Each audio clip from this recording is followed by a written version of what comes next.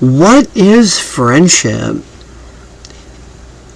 How many of us have really, honestly, truly stopped to really think about this important question?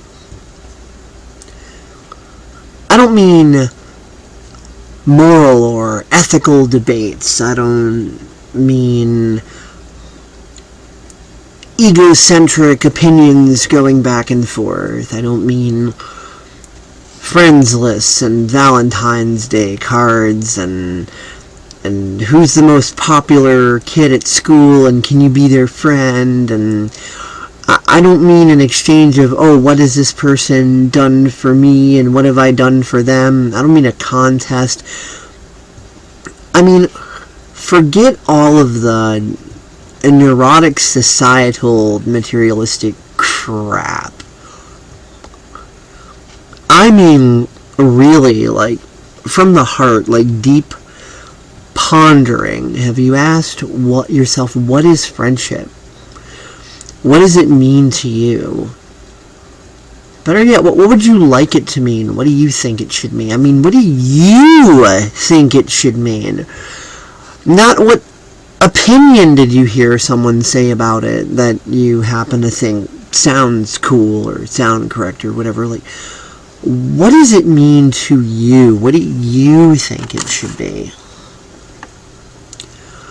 And this is one of those types of philosophical freaking questions that pops into my mind every now and again, especially, when I've had very uplifting, life-changing sorts of experiences. And I've been working in my garden lately.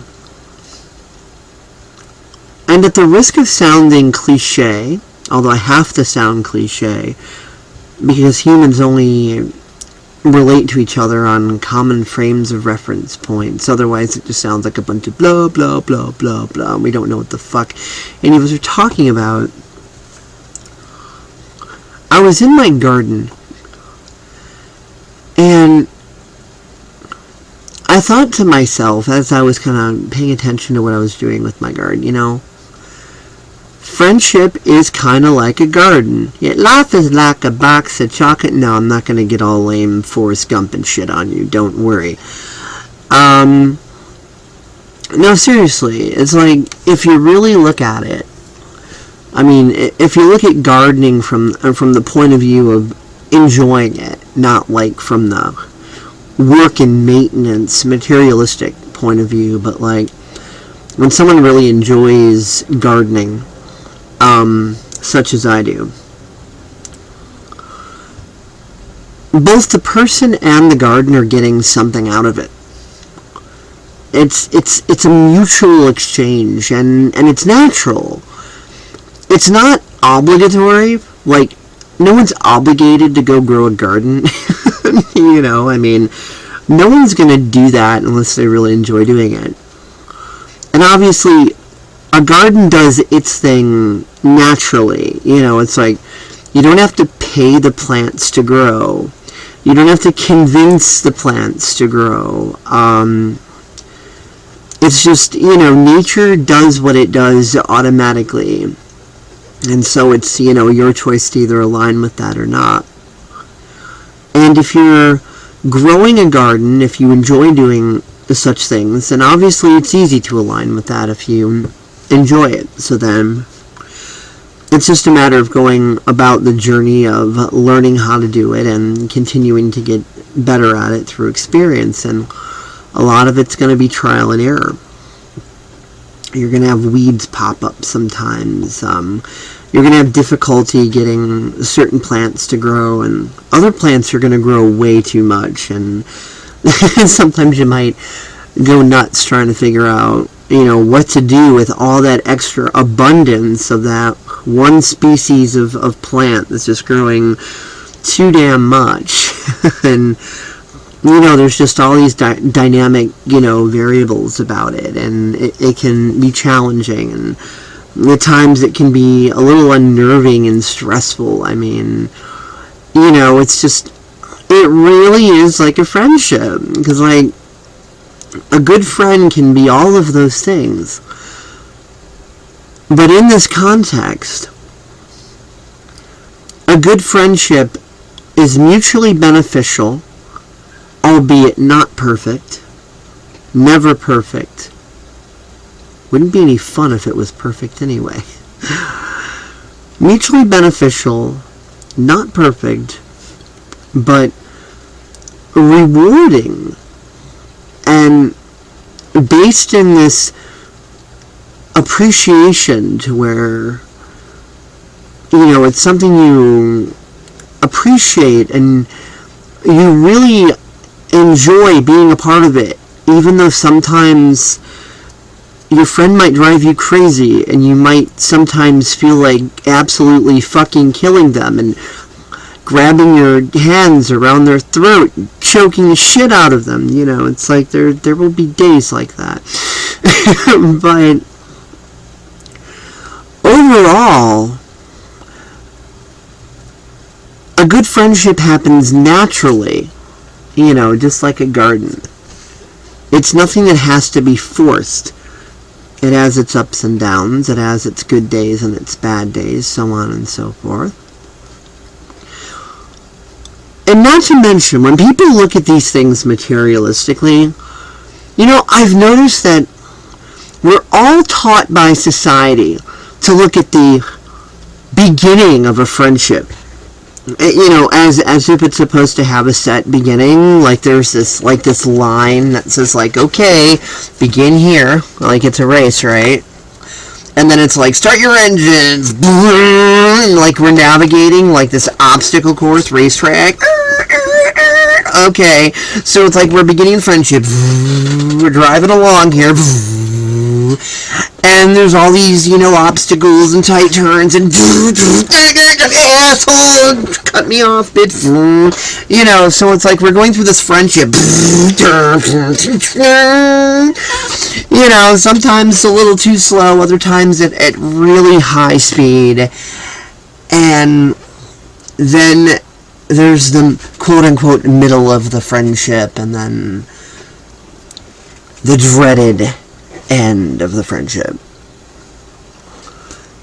And people think that, when a friendship ends, it's got to be either this, sorrowful drifting away, or this big, nuclear explosion, like your world has to come crashing the fuck down. And, it kind of dawned on me. There doesn't have to be a beginning. There doesn't have to be a middle. There doesn't even have to be an end. Because what you consider to be a new friendship is it's an evolution of one thing to another. I mean, anybody you consider to be your friend, what were they before they were your friend? Maybe they were an acquaintance. Maybe they were a coworker. Maybe they first were watching you on DeviantArt or YouTube or your Facebook page or whatever. But still, they were something. They were something before then. And even before they knew you existed, they were still something before you knew them and they knew you. You guys kind of just evolved into each other's existence over a natural course of time. And this was a nice and easy flow, and it just evolved, and it, you started noticing each other more and interacting with each other more. And I've noticed too that there doesn't have to be an end to a friendship either. As a matter of fact,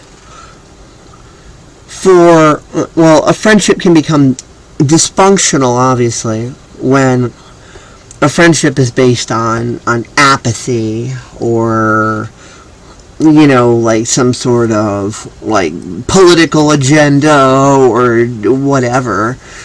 But that's not really a friendship, in my view. That's like one person being an asshole to another. A friendship, again, is this mutual, natural exchange. But there are these friendships that, maybe once they were good, but now they're like on life support, or they're like a zombie. So it's like a garden where it doesn't rain much anymore, and no one's tending to it. So either it's total chaos or it's mostly barren, to where, not many of the original species survived, and, of what's there's not really much there, and it's still there, but it's kind of wastelandy. You know what I mean? So it's like things are just evolution and change, basically. You shift into things, you shift out of other things. It's just this evolution and change, and when these things happen naturally, it's pretty cool.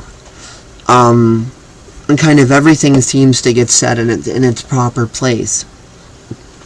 Just like nature deals with itself, and plants outside, and forests, and so on and so on. But when we interfere with all this apathetic, egocentric, materialistic, societal shit, then just like humans seem to have a tendency of doing to the planet, disrupting nature and, fucking up ecosystems, we can throw off the natural flow of what friendship is supposed to be. So it's like, you can have this, like, zombie friendship, like this walking dead ghost of a friendship, that, maybe you and the other person might still occasionally, cooperate on a temporary business alliances or something, or share resources. Maybe you're friendly with each other. Maybe, maybe on the surface, everything's completely cool. You can hang out at the same parties, have a few laughs, drink a few beers, exchange resources. Everything's cool on that materialistic surface level. There's, like, no conflict. There's no problem. But there's no more appreciation if, like, the friendship is just, like, turned into, like, a zombie friendship. There's no more appreciation. There's no more enjoyment. And unfortunately, just like society wants you to think that in order to work and be successful and productive, to get happiness, you have to suffer and struggle and go through all these policies and protocols and steps and, all this fucking neurotic bullshit that's totally opposite anything productive. We do the exact same thing within our friendships, and it's an easy trap to fall into. So if a friendship isn't based in mutual appreciation, then it's not a friendship. I mean, it's relations with another human, and those might be really cool, chill flow relations, but it's not a friendship. And if this is how you've defined friendship for all your life, because society's taught you to define it, and if you really want more meaningful friendship in your life, like that meaningful exchange of appreciation, sort of a bond with all those you consider to be friends, then you might want to ask yourself, is this what I'm willing to do? Or am I going to stick with, what society has taught me, this dysfunctional way? Or am I going to see it as a reasonable reality to am I worthy, am I deserving of this more awesome experience? Or do I have to settle for the misery and shit cesspool of degrading filth that this society has become and taught us to be? So think on that, guys. I mean, just really go in heart-centered and think about that and ask yourself, what would you rather have in your life? And then go for it. Move in that direction. Have fun. Live life. Enjoy it. And this video is about to be up, so catch you later. Love y'all. See ya.